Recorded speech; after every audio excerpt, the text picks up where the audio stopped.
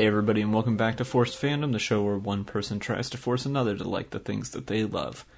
I'm your host Taylor, and with me this week to talk some more about the Gilmore Girls, it's journalist Emily Bamforth. Hi Emily, how's it going? Hi, it's going well. How are you? I'm doing dandy. Although, I would be doing a lot better if I was, say, in a cell somewhere in Prague. That just... I don't know. Did you know that you could stay in a cell in Prague? Look at you being up to date on your references. It was a bit of a reach, but I'll give it to you. I mostly just want to quote something from the first scene of every episode, just to see if you'll remember and have watched the episode. You can't test me. This isn't your season. Oh, you're so right. So for those just joining us in the middle, you should probably go back and listen to episodes 0 and 1 of this season. But basically, I forced Emily to watch Twin Peaks last season, and so now she's making me watch Gilmore Girls. And this week, we watched Season 1, Episode 9, Rory's Dance. Emily, can you explain why we watched this one? Sure. So you may be asking me, Emily, why are you not making Taylor watch the season in order? Now, that's a good question, because that would make logical sense. Because this was also aired week by week, as you know, a normal TV show was. The complete answer to this is that I do not think that you can truly understand the fandom by watching the first season. There are a lot of conflicts in there that don't appear in the first season. There's a lot of character development that doesn't appear in the first season. But I can only make Taylor watch 8 episodes, and there are 7 seasons. So in order to make him watch the whole thing, I would need to have him watch a season a week, which they are 45-minute episodes, and there are like 22 of them a season. So we're not going to do that. Thank you. I appreciate that.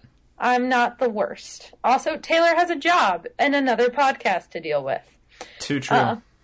I say deal with as if they're like a rowdy bunch of individuals. I mean, you've been on my other podcast. You keep them in line. But, so I went to the Reddit, I went to the Facebook, and I asked which of these 3 episodes I should make Taylor watch. And those 3 episodes were Rory's First Kiss, The Children Dance, the title of the episode is Rory's Dance, and the time that Rory gets stuck in her grandparents' house due to a storm. And overwhelmingly, the response was Rory's Dance. And so, not to ignore the significance of Rory's First Kiss, because that was a close runner-up. But there's a lot of conflict in this episode. There's a lot of mother-daughter dynamic going on in this episode. You get a little bit of teen romance. And you basically get to see a lot of what the show is about. And you got all 3 of our Gilmore Girls on there. You got Emily, Lorelai, and Rory. So that's why I picked it. So yeah, we watched this episode. You described it very well. There's a lot of drama. There's a lot of conflict. Everybody's really upset. They're so upset. Well, we gotta get off from the pilot where everyone's like, we're in a small town and everything's perfect and we're both beautiful and funny and quick talking. There is a lot of quick talking. That won't go away. That will never go away. I did not figure. So let's talk. Let's dish about this hot gossip. What did you think of the new episode? Did it bother you watching it out of order at all? No, it really didn't bother me watching it out of order because I feel like I said last time, they're like really overcomplicating a fairly simple story. And I think that's good. Like, that's what makes it interesting week by week. However, now that I can just watch it in a binge, I don't really need all of that complication to keep me hooked on the show, you know? Like, I know basically where this is going to go based on other stories that I've seen before. Mm-hmm. And so when we drop in the middle of this story and it's like, oh, well, Rory's kind of dating this boy, but they haven't really put a label on it, and also there's this dance, and she kind of wants to go to it, but she kind of doesn't want to go to it, and it's like, this is a fairly standard sitcom plot, except made more serious by the fact that it's Gilmore Girls. And so, no, I didn't really feel out of place in this at all. Well, good. I'm glad. So, let's go through the plot a little bit. Rory has her first big dance! Oh my gosh, it's so exciting! Except Lorelai would never know because she never reads her newsletter. Ah, how dare she? How dare she? Emily reads it all the time. I know, right? They're taking donations for the Spotted Owls or whatever. It's almost like there's a weird class/age difference or critical personality type differences that separate Lorelai from her mother. This scene was funny until it wasn't. And then it was aggressively not funny. That's sometimes how the Emily-Lorelai dynamic goes. Like, sometimes it's funny, and sometimes you're like, oh, no, stop, we don't need more of this. But in any case, Rory, being the bookish lady she is not considering going to the dance. But then Emily and Lorelai kind of convince her.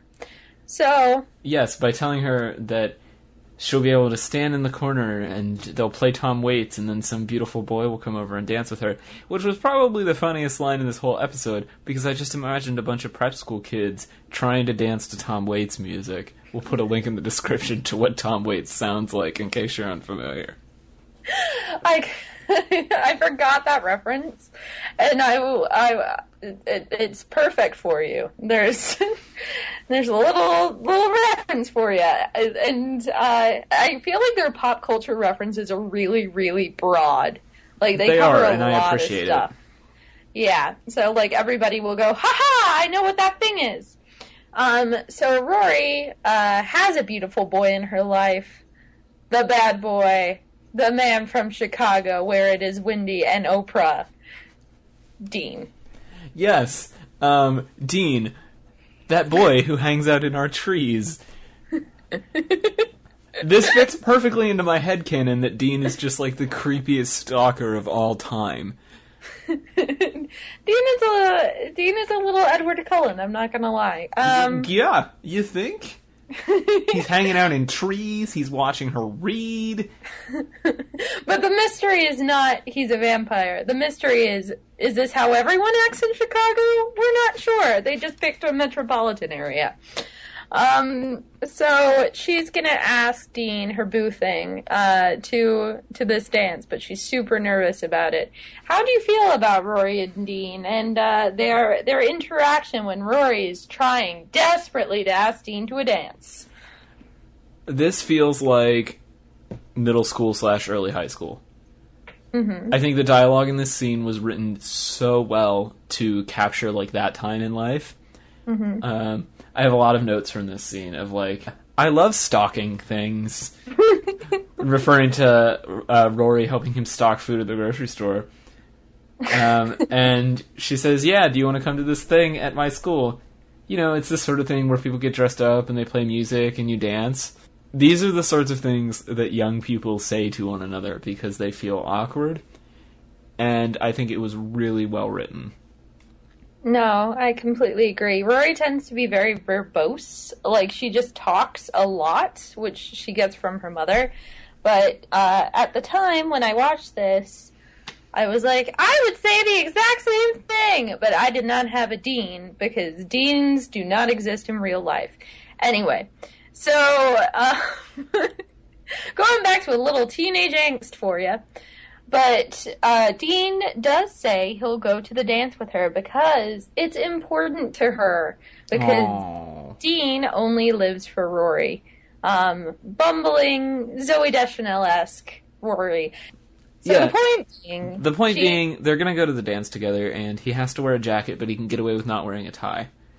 He's so upset about that because, he's a bad boy who wears leather jackets and cargo pants. In cargo pants. What if Dean just showed up in cargo shorts in one scene? That would be really hilarious to me. That would have made my life. If he was just in cargo shorts at the dance, yeah. I'd have been like, yes, this is perfectly on brand for you. I approve of this message. Just to preface this, Dean has been around for quite some time now. This is episode 9. Lorelai obviously knows that they're together, but initially when they started flirting up a storm, Rory did not tell Lorelai at all, including when Rory got her first kiss. She didn't tell Lorelai. Drama. It was a big deal. Lorelai was like, why won't you tell me these things? And I guess Rory was like, yeah, I guess I should. And then everybody was like, no, it's kind of weird to tell your mom that. But, whatever. It was in the grocery store. Of course it was, because, that's where these things happen. In grocery stores. Yeah, the big deal is that she was so shocked by it that she ran out of the grocery store and accidentally stole some baking soda. It was bad. The plot lines that can only exist in Gilmore Girls.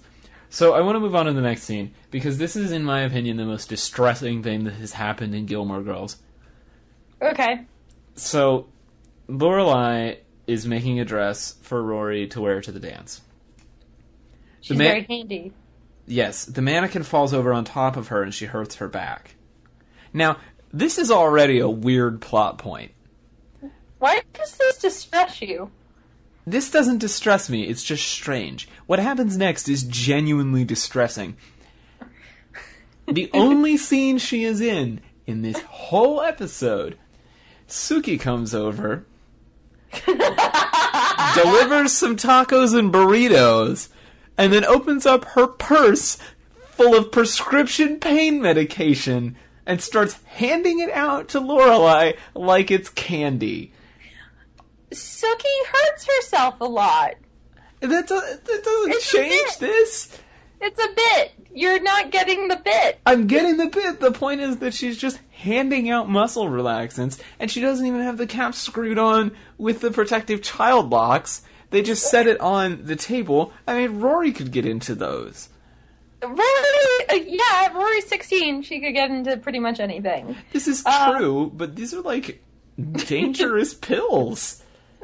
I think that it's partially... Yeah, I understand what you mean, but Suki is...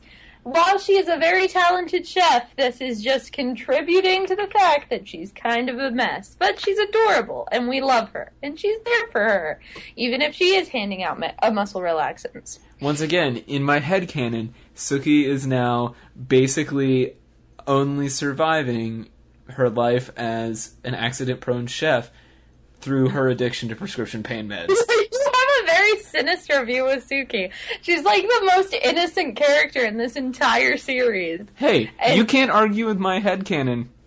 I cannot. I've tried and I've failed. So she comes over, delivers some burritos, and then Emily comes over to see Rory off to the dance. So Emily waltzes on in. Rory comes out with a napkin tucked in her dress, eating a burrito. I see no problem with this. She's quirky. She likes burritos and she's pretty. It's weird.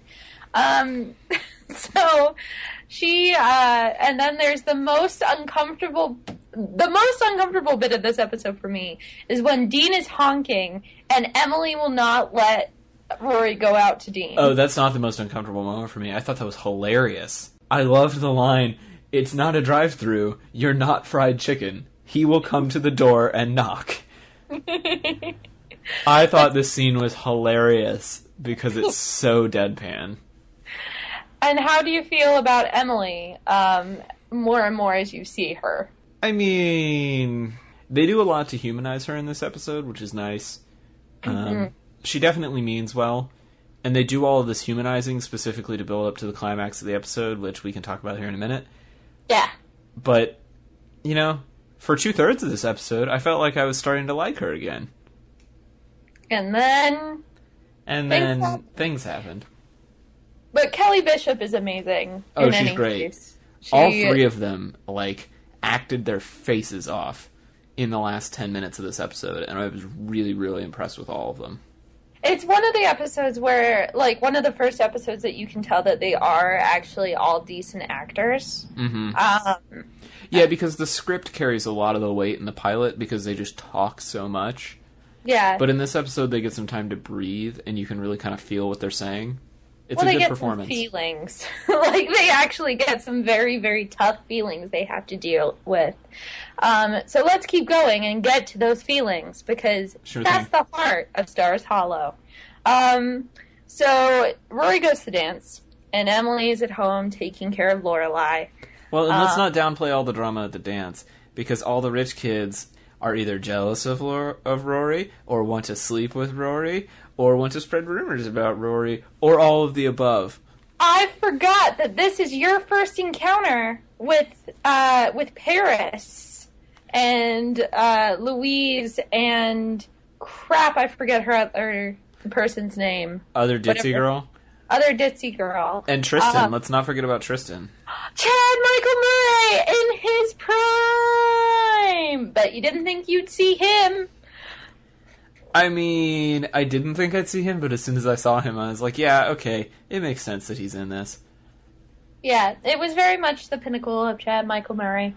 No, it wasn't the pinnacle, but you know what I mean. It wasn't one. It's like it's close. It's peak Chad Michael Murray.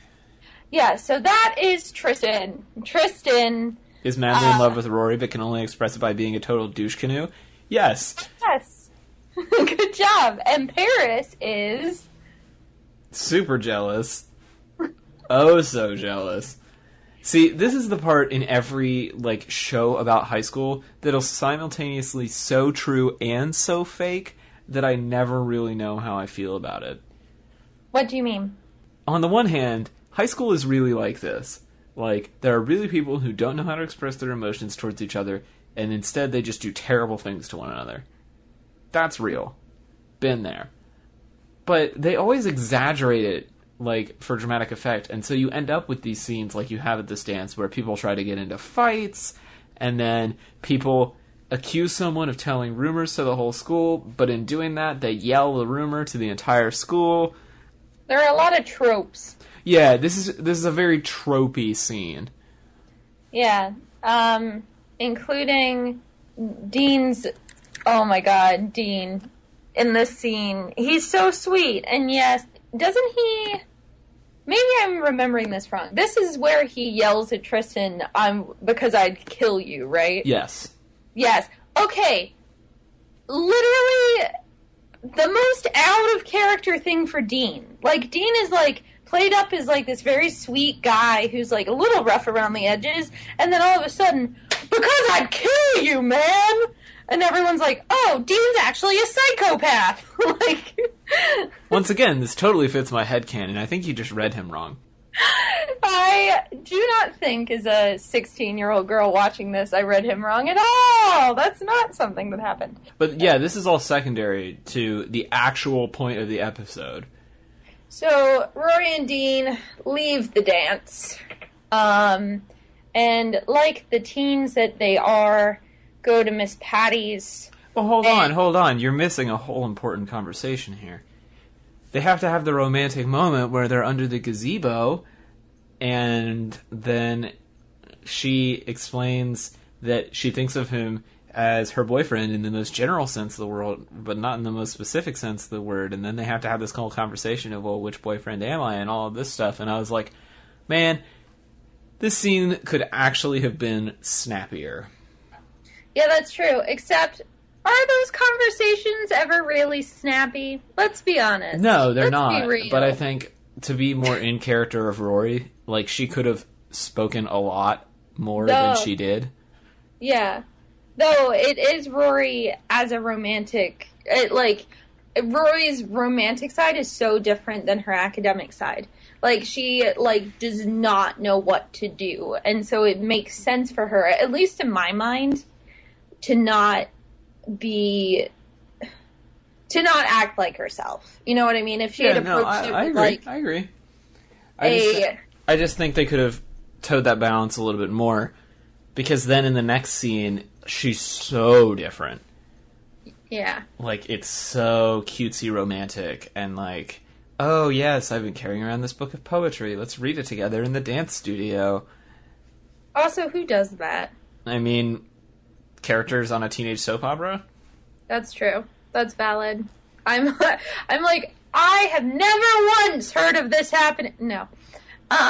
But yes, they do have a very Rory and Dean moment where they're all cutesy and vomitous, and then they fall asleep on some beanbags, which also, side note, is a terrible place to sleep. Yeah, let me tell you, you would not sleep through the night on that. That would not work. No, you wouldn't. But anyway. But in any case, they're teens. They can fall asleep on anything, apparently. Hashtag teens, such sleep. Wow, amaze. Amaze. And in any case, the next morning, Lorelai wakes up to Emily freaking out. And even though they had a little bit of a breakthrough the night before, which I won't go into because I don't find it very interesting. Did you find it very interesting? It was cute. They love each other. It's fine. We move on. Any case, there's been kind of a breakthrough. Normally, Emily and Lorelai are really mean to each other. But they were... when Lorelai's on muscle relaxants, anything can happen. See, power of Suki.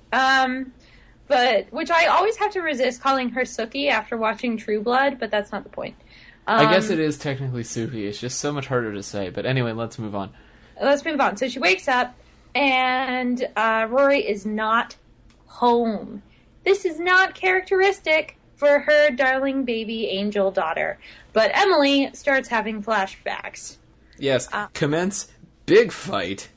Huge fight. Probably one of the hugest fights that you'll get in the early seasons of Gilmore Girls, and one of the most realistic. It is no holds barred for Emily on Lorelai. She just starts, like, verbally, like, talking, like, she just, like, pours all of her feelings onto Lorelai until Lorelai can take it no more. And Rory wakes up to Miss Patty staring at her, which is always slightly shocking. Which I love Miss Patty. She's my bae. But she runs home, ignoring the fact that Dean is like, Rory, where are you going, Rory? I just woke up, Rory. And she runs home and overhears the end of the conversation where Lorelai is defending Rory, saying that she wouldn't make the same kind of decisions, and saying that she's a good kid. And eventually, Lorelai tells Emily to get out of her house, basically. And Rory comes in. She's, like, very, very touched by the fact that Lorelai was defending her. And then all hell breaks loose. And you see a huge Lorelai-Rory fight. See, this is one of the most interesting scenes that I've seen so far in this show. Tell me more, Taylor. Tell me more. Usually, in a family comedy or drama show, if a child is going on birth control, it is them arguing with their parents about why they should be on birth control. Mm-hmm. I don't think I've ever seen a show where a parent forcibly puts a child on birth control.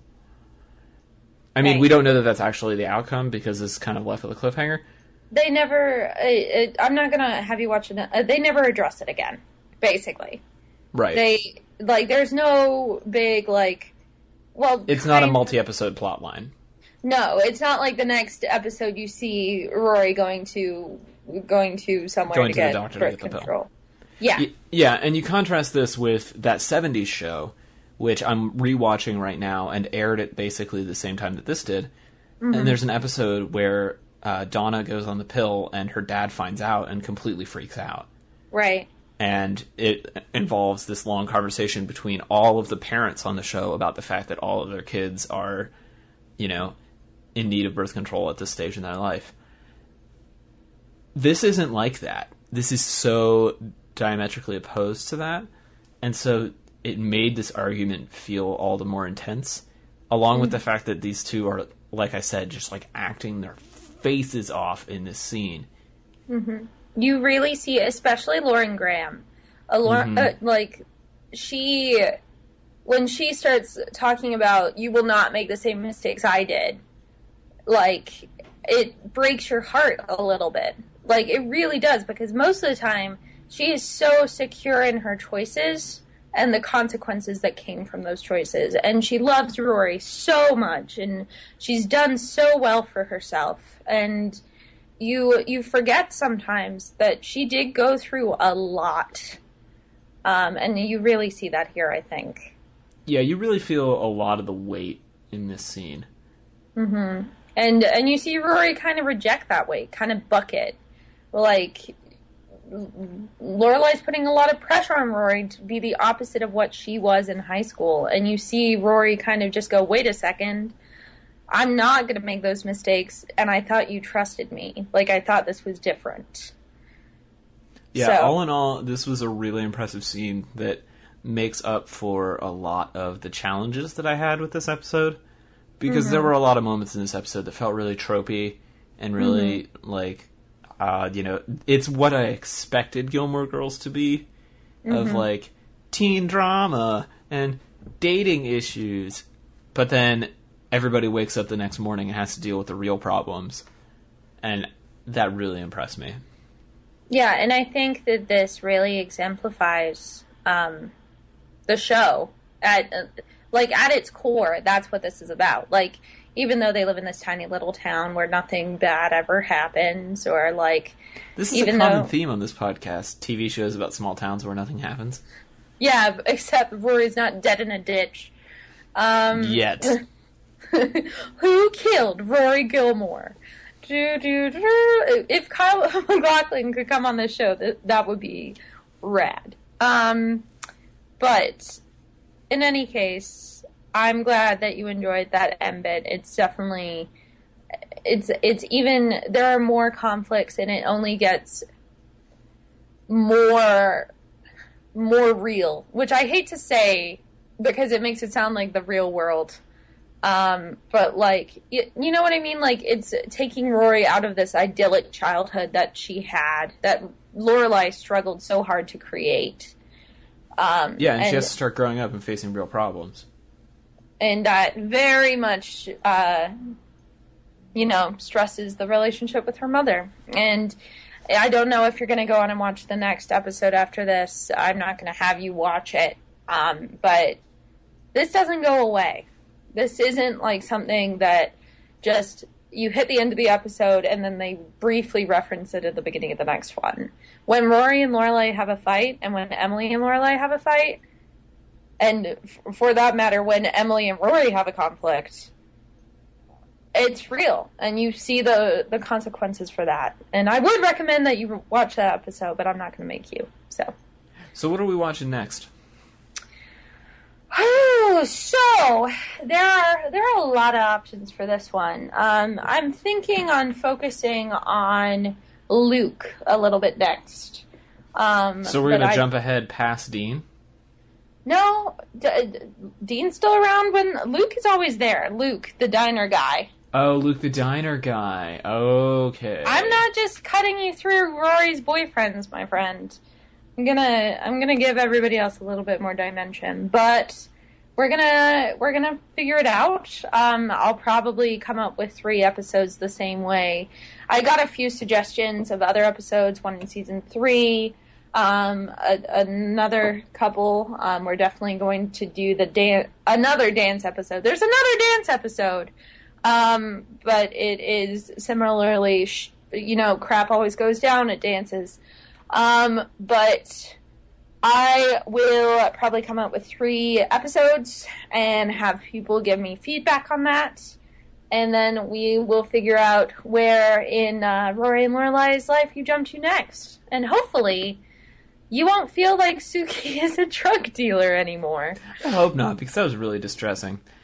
So, if people want to vote on what episode we watch next, or want to discuss the potential illegal activity going on in Stars Hollow, where can they do that, Emily? Surprise! Miss Patty buries bodies under the beanbag. Dance studio politics.